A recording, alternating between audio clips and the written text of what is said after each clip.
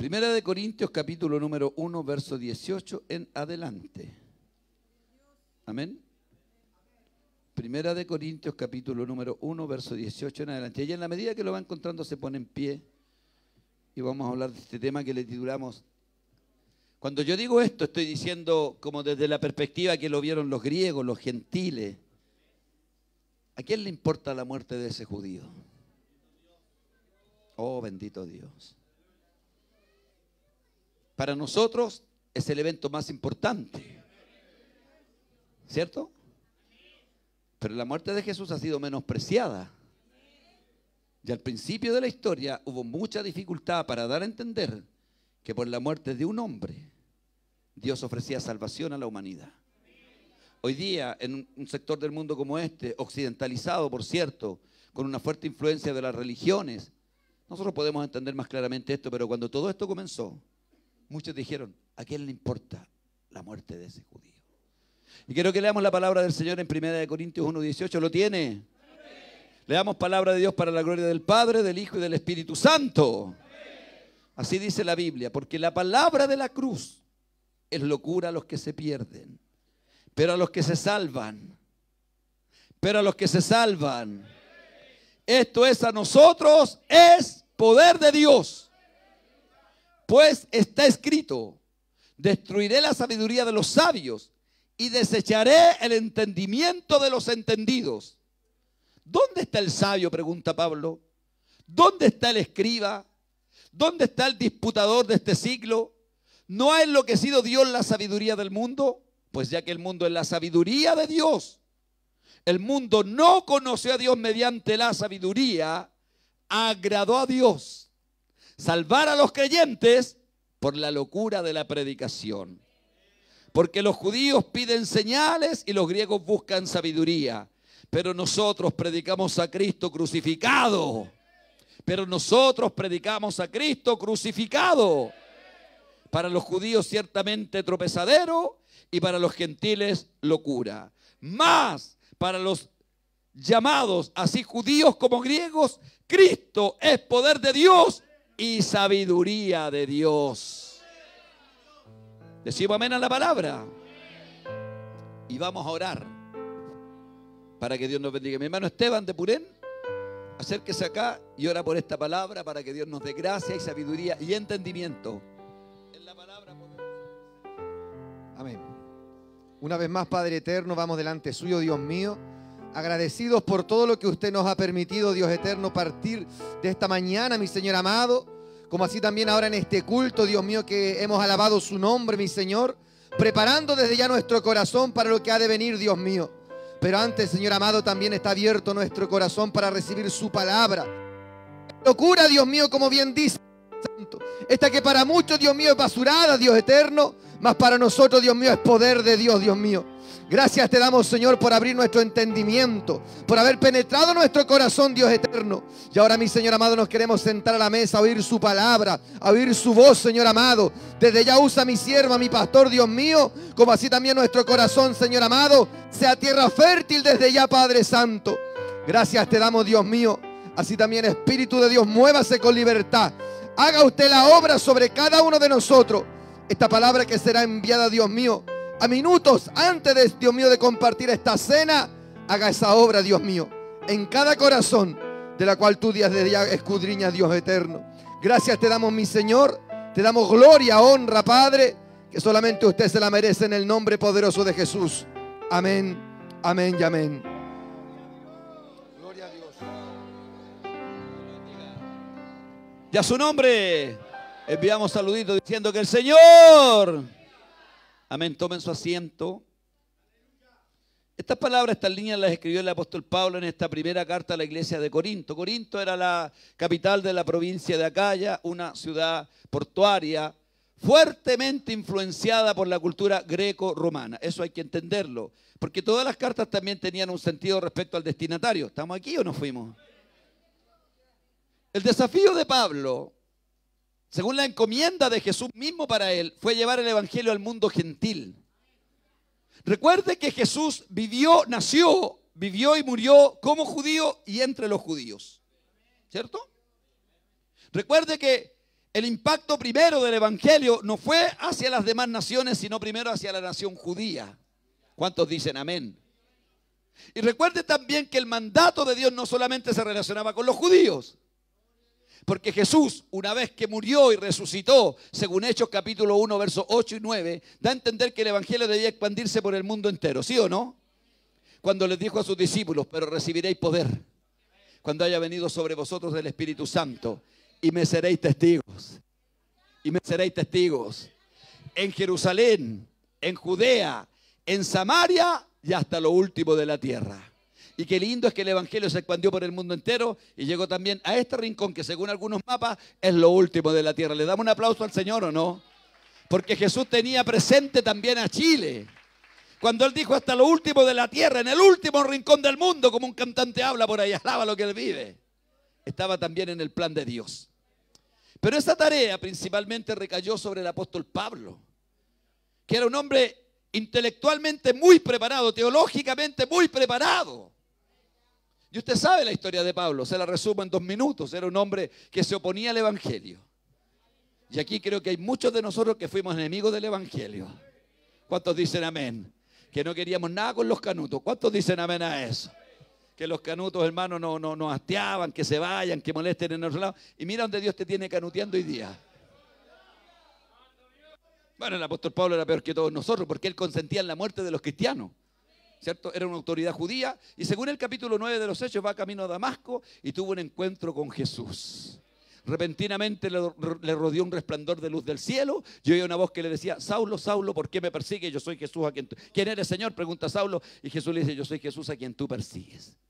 Desde ahí en adelante, desde ese día, no voy a relatar todo, que me encanta esa porción bíblica, hermano, pero desde ahí en adelante, Saulo de Tarso, el más acérrimo enemigo del evangelio en ese momento, el que un capítulo más atrás había consentido en la muerte del joven Esteban. Anda a sentarte luego, que tengo déficit atencional yo. Grande Simón. Viste, me desconcentraste, po. Que un capítulo antes había consentido en la muerte de Esteban, pasó a convertirse en el apóstol Pablo, ¿cierto?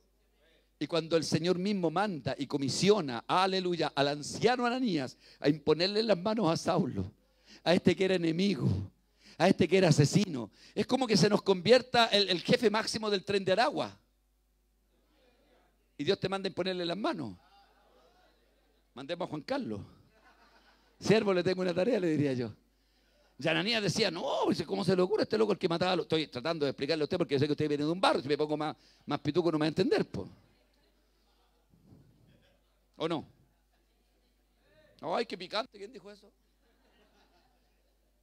Entonces, cuando se le comisiona, ¿por qué voy aquí? Porque ahí viene el propósito. Ve, le dijo, porque instrumento escogido me seste para llevar mi nombre en presencia de los gentiles, de los poderosos y de los reyes de esta tierra. Por eso el ministerio de Pablo, el apóstol, ya cuando ya no era Saulo, fue llevar el evangelio a los gentiles. Y le explico en medio minuto lo que significa eso. La palabra gentil, lo he dicho 1500 veces, pero como somos porfiados hay que repetirlo. La palabra gentil en este sentido no habla de una actitud de gentileza. Esa palabra gentil proviene del griego etnos, y esa palabra etnos habla de gentes. O sea, vayan y lleven el evangelio a toda la gente, porque el propósito de Dios siempre fue universal, siempre fue que el mundo entero escuchara el evangelio. Por eso en Mateo 28, 19 Jesús le dijo a sus discípulos: id y haced discípulos a todas las naciones, bautizándolos en el nombre del Padre, del Hijo y del Espíritu Santo, y enseñándoles que guarden todas estas cosas, y he aquí que estoy con vosotros todos los días hasta el final del mundo. Que alguien dé un aplauso y diga: gloria a Dios.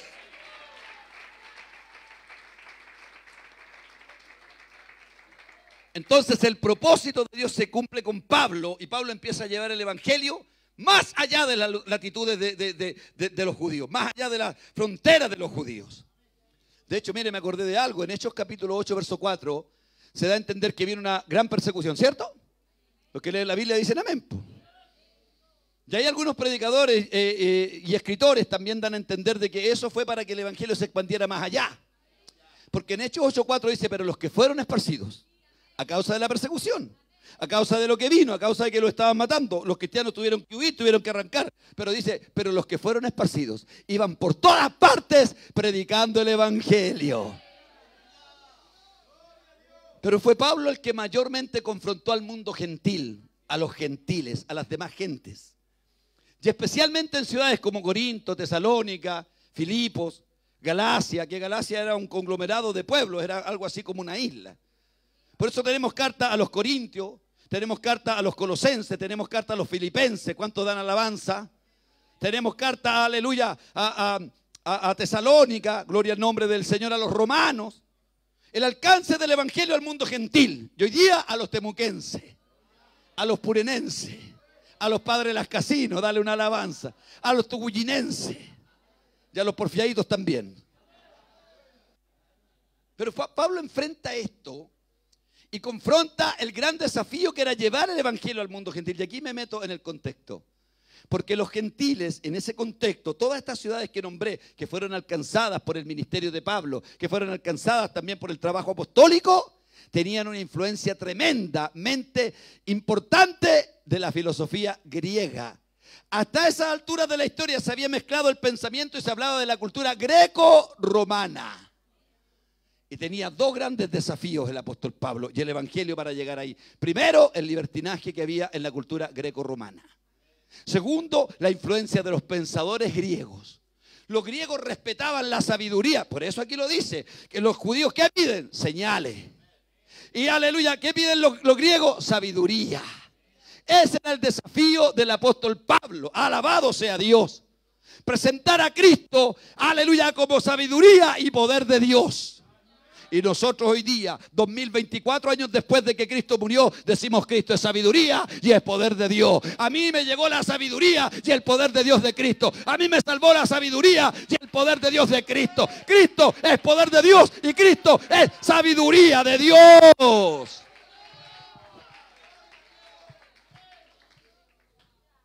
Habían tres razas representativas en el contexto del Nuevo Testamento.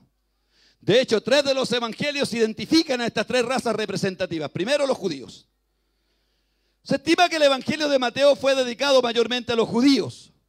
Si usted estudia su contexto, es un contexto judaico. Por eso en los primeros capítulos se apunta siempre al cumplimiento de las profecías. Para que se cumpliera lo dicho. Esa frase es muy común, muy frecuente en el evangelio de Mateo, ¿sí o no? ¿Por qué? Porque los judíos entendían de profecías.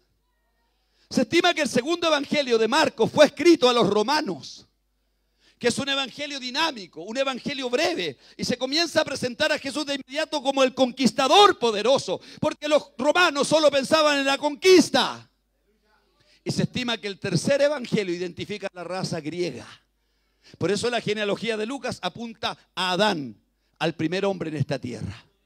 Ellos tenían una idea del hombre perfecto, los griegos, del famoso Adonis. ¿Cuántos Adonis vinieron hoy día? Pero eran fuertemente influenciadas estas razas por la cultura griega. Usted sabe que en la historia los griegos, aleluya, conquistaron a los asirios y luego los romanos los conquistaron a ellos. Pero todos los historiadores dan a entender algo, que la cultura griega predominó en el intelecto de los romanos, que nunca, aleluya, los eliminaron y los dominaron completamente. Que el pensamiento griego en los días del Nuevo Testamento fue demasiado influyente. ¿Por qué le estoy diciendo esto? Porque entre estas tres razas representativas, los judíos, ¿estamos entendiendo, no? Parece que usted no fue nunca a la escuela. Y a puro comerse la manzana. Yo pasaba en la oficina, en todo caso, estamos más o menos por ahí. De estas tres razas representativas, las más insignificantes eran los judíos. Los griegos predominaban por su sabiduría. Quiero ponerlo en contexto. ¿Está aquí o no? ¿Está metiéndose en el mensaje o no? ¿Está entendiendo que hay una palabra de Dios para su vida o no? De las tres razas representativas más importantes de la época del Nuevo Testamento, en el contexto del Nuevo Testamento, la más insignificante eran los judíos. ¿Sí? Los griegos destacaban por su sabiduría.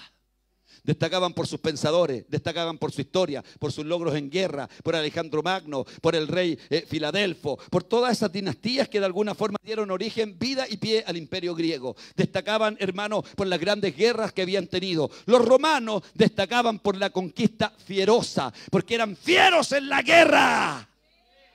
Eran terribles en la guerra, conquistadores, destrozaban, aplastaban, dominaban. De hecho, en el contexto histórico y político de la época, Israel, Judea, la Judea, como dicen los historiadores, estaba bajo el dominio romano. Por eso se pagaban tributos. Por eso se habla del procónsul, se habla de, aleluya, César aquí en la Biblia, se habla de Poncio Pilato, se habla de todos estos cargos políticos, de la casta de los Herodes, que eran una casta de reyes. ¿Estamos entendiendo? Los griegos destacaron por la sabiduría, los judíos por la fuerza, por el poder. Eran terribles los judíos, hermano. Eran terribles, creo que duró como 500 años el imperio romano. Creo que fue el imperio que más se extendió en la historia. Pero de estas tres razas, la más insignificante era de los judíos. Y por eso cuando el evangelio comienza a llegar a los griegos, no le dieron mucha importancia. Quiero hacerte memoria si has leído la Biblia, si estáis entendiendo la palabra hoy día. Mira. ¿Te acuerdas cuando Pablo predicó en Atenas? Capítulo 17 del libro de los Hechos. ¿Te acuerdas que llegó a un lugar que era el epicentro de la sabiduría griega? Que Atenas era la capital de la sabiduría griega, ¿sí o no? Que predicó en ese lugar. ¿Cómo se llama ese lugar? El Areópago. El Areópago, un poco difícil la palabra. Que es un lugar que todavía está en pie para testimonio.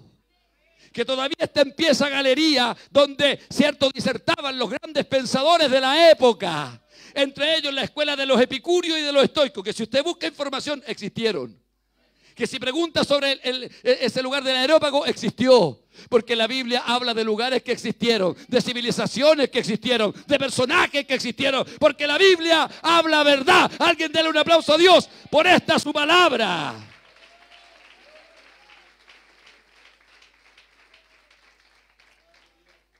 Y cuando Pablo predicó en el Areópago, ¿se acuerda que le dieron la oportunidad? Oiga, escúcheme.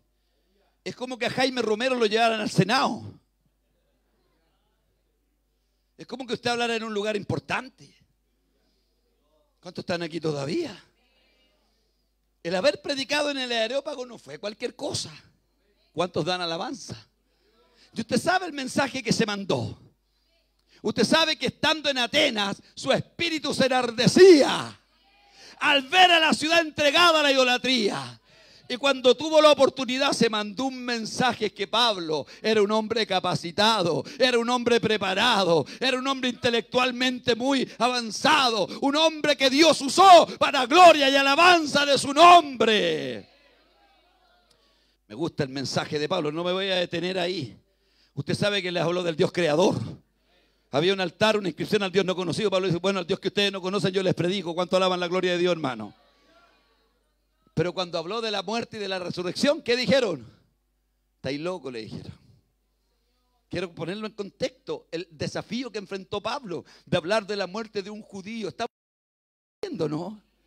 Entre estas tres razas representativas, ese es el contexto. Los griegos destacaban por la sabiduría, los romanos por la fuerza, por sus guerreros, por sus conquistas. Los judíos eran insignificantes. Bendito sea Dios. De hecho, en el Intertestamento eran un problema, en el Intertestamento entre el Antiguo y el Nuevo Testamento, para todos los imperios que colonizaron esa zona. Los judíos eran menospreciados. Pero aquí quiero detenerme. Gloria a Dios por lo menospreciado. Porque nosotros también éramos de lo menospreciado del mundo. Éramos de lo insignificante. Éramos de lo que estaba botado, tirado. Pero Dios toma lo necio para avergonzar a lo sabio. Toma lo débil para avergonzar a lo fuerte. Toma lo que no es para desechar lo que es. Que alguien alabe la gloria de Jehová. Y cuando predican el Areópago, dijeron, siempre me impacta esto. Ya te oiremos acerca de esto, ¿qué? Que está ahí enchufado, que me gusta este cabro, amigo. Este cabro lee la Biblia, po. Ya te oiremos acerca de esto, palabrero. O sea, como decía un viejito por ahí, pura palabrería humana. Pura palabrería.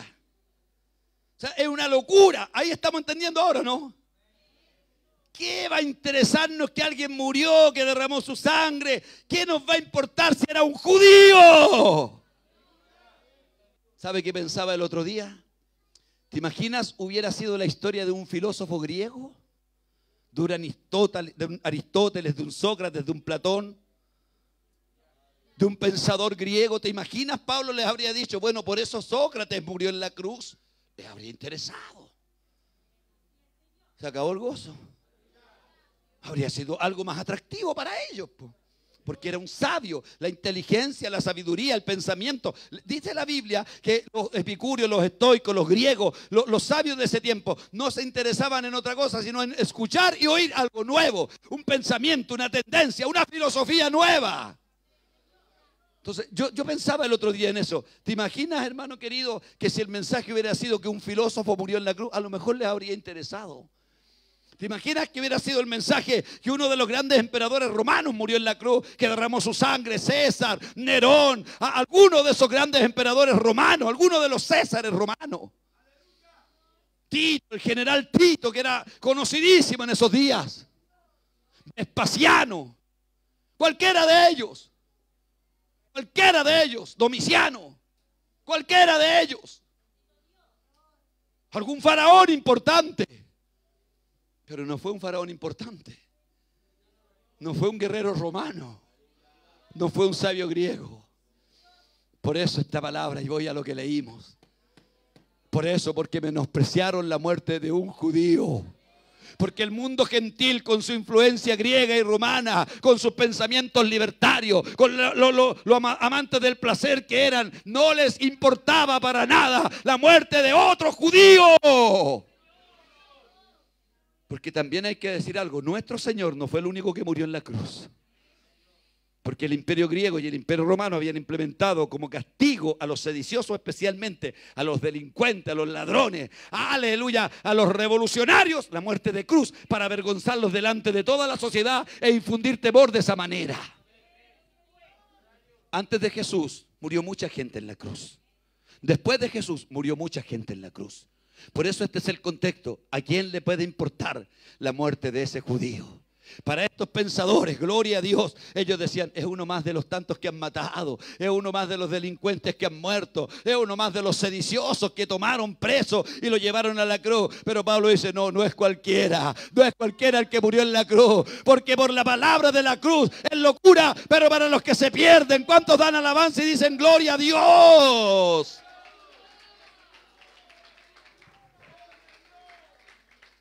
Y aquí voy al centro. ¿Sabe por qué no podían entender que por la muerte de ese judío, único en la historia? ¿Cuántos dicen único en la historia? Murieron muchos judíos en la cruz. Habían muertes masivas de pronto. Habían sacrificios de gente prácticamente todos los días en el patíbulo, en la cruz, en el Calvario. Pero ¿sabe por qué no podían valorar la muerte de ese judío? Porque no entendían el plan de Dios. Porque en su sabiduría, aquí dice, como el hombre, como el mundo, como los sabios, no conocieron a Dios mediante la sabiduría. Porque en la inteligencia que Dios les dio, no podían entender el plan de Dios para la humanidad. No iban a entender que por un judío, vuelvo a ponértelo en contexto, si eran los más inferiores. Eran los peores, como por un judío. Y hasta hoy día los menosprecian a los judíos. Hasta hoy día los miran en mero. Pero mira dónde Dios los tiene. Mira lo que Dios ha hecho con ellos. Mira cómo Dios los defiende. Mira cómo Dios los sostiene. Mira cómo florecieron de nuevo en el año 1948. Mira cómo se establecieron y cómo han dejado al mundo. Porque Dios ha usado a los judíos. Dale un aplauso al Dios de la palabra. La sabiduría del hombre no entiende esto, porque no entiende el plan de Dios. Primero tenía que ser por un judío, porque la primera promesa de redención, aquí voy a la Biblia para hacer un recorrido por esto, que está en Génesis 3:15, el primer destello de redención, como leí hace muchos años atrás en un estudio bíblico. La primera promesa de salvación, el protoevangelio, la primera buena nueva, el primer anunciamiento de salvación, estaba relacionado con los judíos. Y como a los griegos no les caía en la cabeza, ¿qué les importaba la muerte de este judío? Porque cuando el hombre cayó allá en el huerto, mira, nos vamos ya hace 6.000 años atrás, al comienzo, al Génesis, al Bereshit, al principio. Cuando el hombre cayó en pecado, cuando la raza humana se condenó por el pecado, Dios hizo una promesa.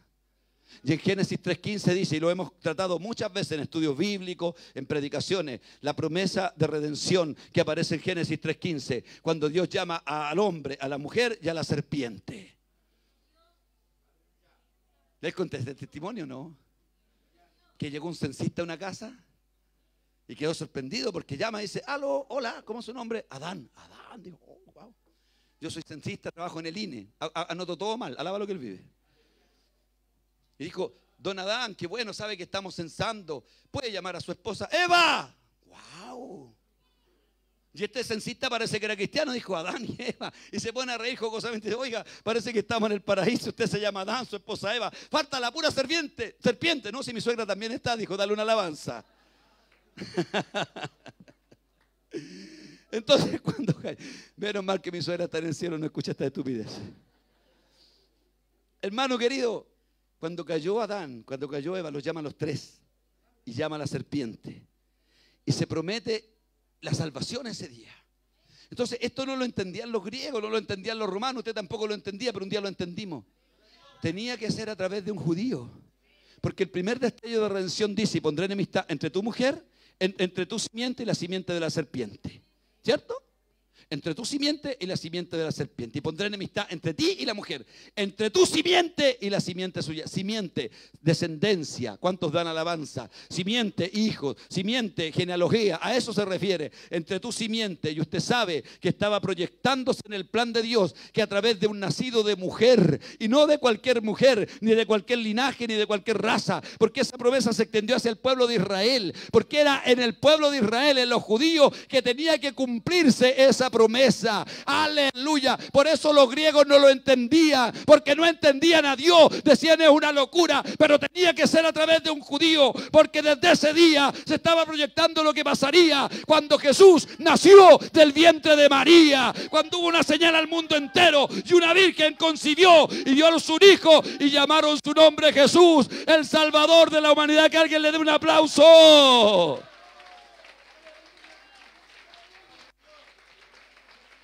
Era el plan de Dios. No era la muerte de cualquier judío. Los griegos, ¿qué me importa la muerte de ese judío? Dios tenía un plan. Y desde Génesis lo comienza a trazar. Y se mantuvo una raza. Y Dios llama a Abraham, y eso lo he predicado 1000 veces, hermano. Y se proyecta la salvación. Y Jesús nació de una mujer judía. Y lo creemos con todo el corazón aquí. Junte aire en los pulmones para que diga amén. De una mujer judía virgen.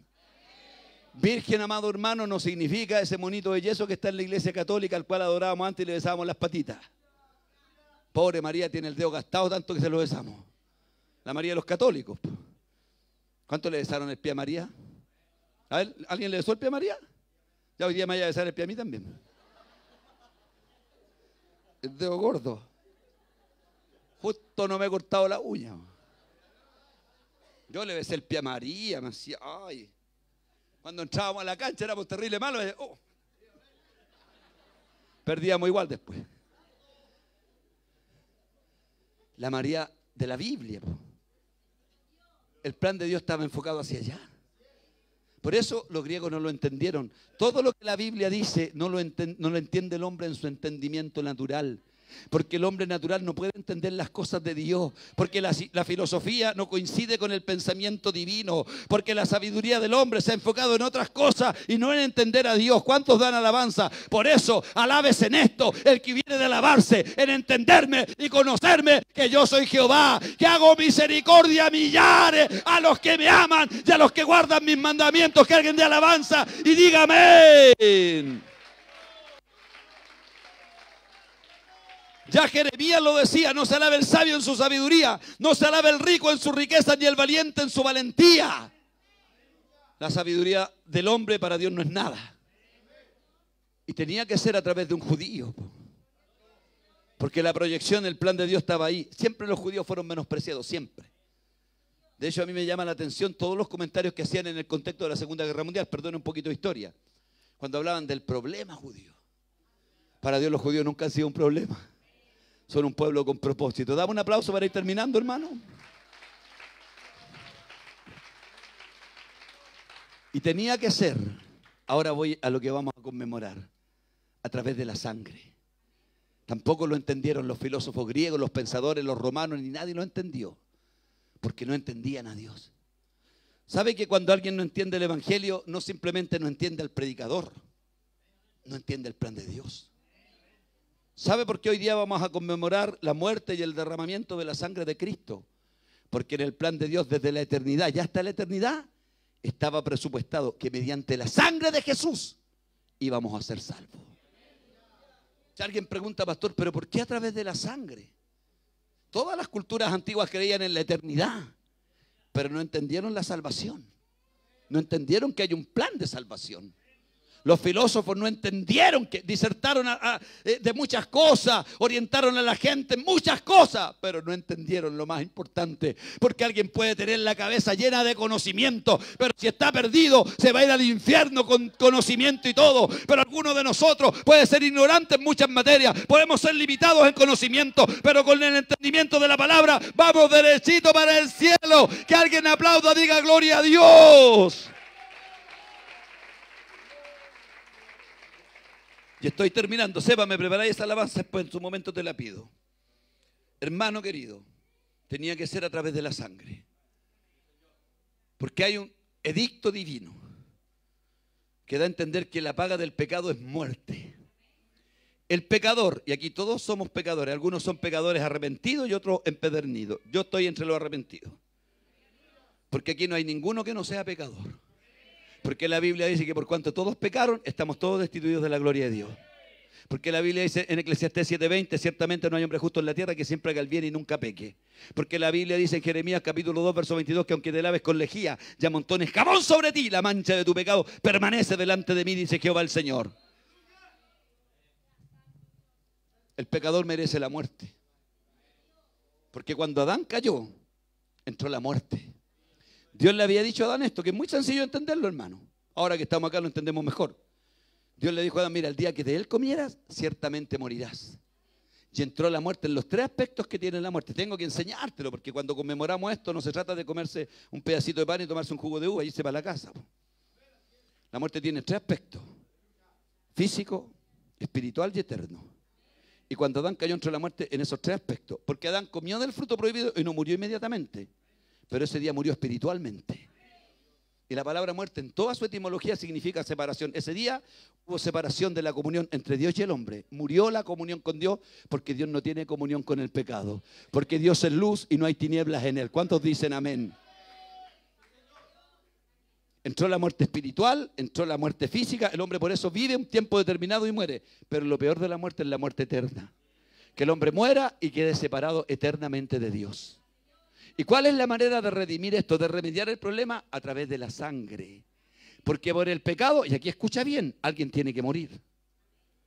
Por el pecado alguien tiene que morir.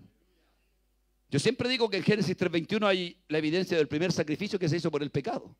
Porque dice la Biblia que Jehová Dios hizo túnicas de pieles al hombre y a su mujer y los vistió. ¿De dónde salió la piel? De un sacrificio, de una víctima. Entonces Dios, como es bueno, como es maravilloso, como Dios permite la redención del ser humano, transmite la culpa a una víctima inocente. Y las víctimas que se introdujeron en los sacrificios rituales de la ley eran una figura de la víctima que vendría un día a derramar su sangre. El pecado se paga con sangre. Se paga con sangre. Voy a hacer un paréntesis. ¿Me lo permite o no? Aún en la cultura mapuche, pupeña y pulamien, en las culturas precolombinas, en toda la influencia de los pensamientos ancestrales del ser humano, está esa noción. Usted sabe por qué los mayas, los incas, los olmecas, los toltecas, alaba lo que él vive, y los parientes también. ¿Por qué los incas, los mayas, sacrificaban seres humanos? ¿Por qué en Guillatún se ofrece sacrificio de sangre? Se acabó el gozo de varios. Se acabó la alegría de muchos. Porque hay una noción, mijo. Te estoy hablando de una, no estoy hablando mal del pueblo mapuche, que hay varios peñis. Mari, mari, pupeñi. Feley, feley. Ne aguento ahí bien pupeñi. Ay, santo Dios. Oye, qué bueno que hayan mapuche. Hay varios griegos también. Oh my God.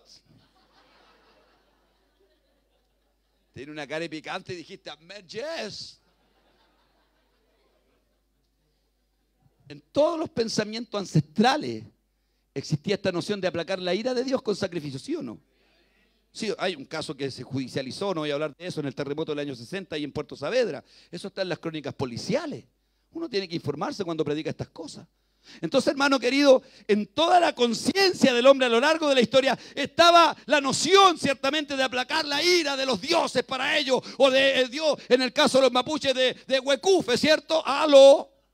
Sí, pues, fuerza del bien, fuerza del mal. Esta cuestión del yin-yang, el equilibrio entre el bien y el mal, todo eso es una noción errónea.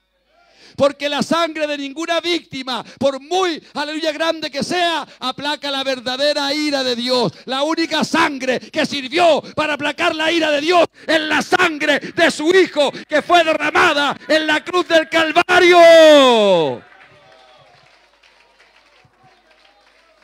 Eso no lo entendieron los griegos. Por eso era locura para ellos. ¿Cómo por una muerte? Es que había un plan de redención. Y por eso Dios permite que cuando entra la ley, 1500 años antes de Cristo, se ofrezcan víctimas que detenían, aplacaban la ira temporalmente. Fueron 1500 años de ley. ¿Cuántas víctimas murieron? Muchas. Hablo de animales. Hablo de vacas, de machos cabríos, hablo de tórtolas, hablo de palominos, hablo de los animales que la ley prescribía que se podían ofrecer. Hablo de ovejas. Pero todos esos sacrificios eran simplemente una sombra del gran sacrificio que había de venir. Y termino con esto. Eso no lo entendieron los griegos. ¿Cómo una locura? ¿A quién le importa la muerte de ese judío? Dios tenía un plan con la muerte de ese judío. ¿Era uno más? No, no era uno más. Y por eso, amado, miren, San Juan 1:29, Evangelio de Juan. Me encanta repetir esto cada vez que predico de esto. Por eso es tan importante conmemorar la muerte de Cristo en estos que son símbolos, luego lo explico brevemente, símbolos de la sangre y del cuerpo de Cristo. Recuerde, Dios permite que la culpa la pagara una víctima inocente. Dios permite que una víctima pagara por el pecado de la humanidad. Comienzan a ofrecerse sacrificios en la época del gobierno humano, en los patriarcas, y después se establecen dentro de la ley. Pero venida la gracia, cuando Cristo aparece en la historia, me gusta cuando se va a bautizar. Cuando va caminando, me imagino, y Juan el Bautista, un hombre de Dios, recibe una revelación del cielo y publica, aleluya, ante todos los que estaban ahí diciendo, he aquí el Cordero de Dios, el que quita el pecado del mundo. He aquí el Cordero que Dios va a ofrecer, el que vio a Abraham, el que cuando dijo Jehová Jireh, estaba profetizando la venida de Jesús. Por eso Jesús vino a morir por nuestros pecados. Que alguien diga amén, diga gloria a Dios. Porque tus culpas y las mías, acompáñame con una melodía, no las podíamos pagar nosotros. Imagínate este cuadro. Este cuadro. ¿Podrá suceder esto? Que van a matar a una persona, la van a fusilar por su delito. Hablemos de delito. Su delito está ahí. Y lo van a fusilar. ¿Merece la muerte? Merece. ¿Cuántas veces hemos dicho nosotros, este tipo merece la muerte? Vemos unas noticias horribles, descuartizamiento, muertes, violaciones. ¿Sí o no? ¿Cuánto en un sentido de justicia? Porque eso es justicia que hay en el corazón del hombre. Si usted ve que una persona es muy mala, ¿alguien se acuerda del Tila? Ese tipo que descuartizaba gente.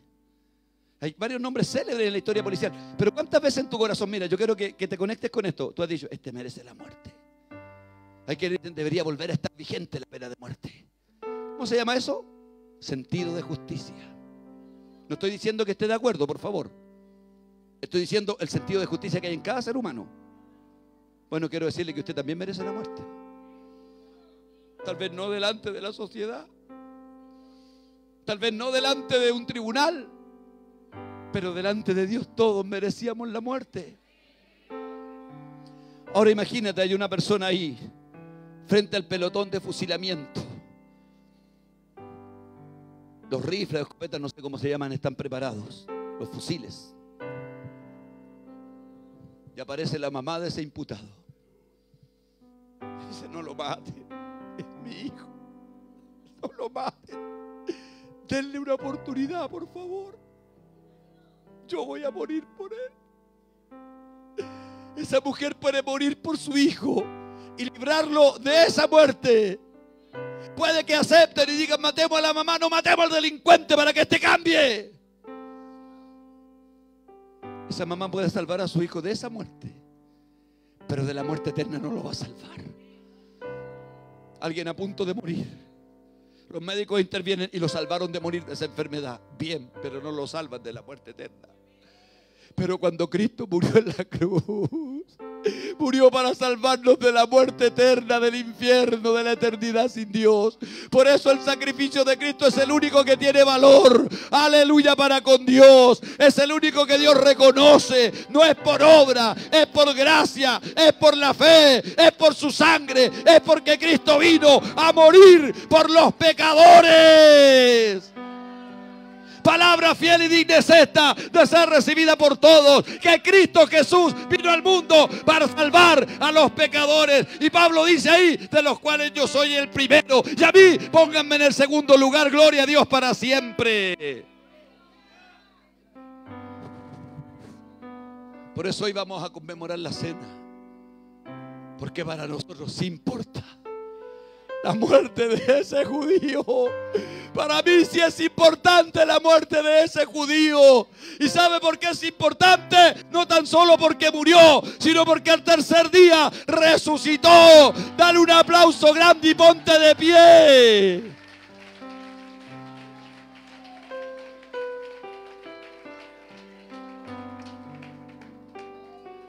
Me gustaría decirle a todos los que pensaron así, a todos los que dijeron, es un pensamiento mío, no lo leí, pero cuando uno lee se da cuenta que hubo un menosprecio a la muerte de Jesús. Decirle a nosotros, sí nos importa la muerte de ese judío. A mí me cambió la vida la muerte de ese judío. A mí ha tenido un impacto positivo la muerte de ese judío. Yo le diría a los epicúreos, a los estoicos que dijeron que era una locura, le diría, ¿sabía estoico? ¿Sabía epicurio? La muerte de ese judío cambió mi lamento en baile. Yo estaba terrible perdido, era un drogadicto empedernido, nada me cambiaba. Pero la muerte de ese judío me dio esperanza. La muerte de ese judío le dio un sentido a mi vida. La muerte de ese judío trajo alegría a mi hogar, trajo paz, trajo tranquilidad. Alguien alabe la gloria de Jehová.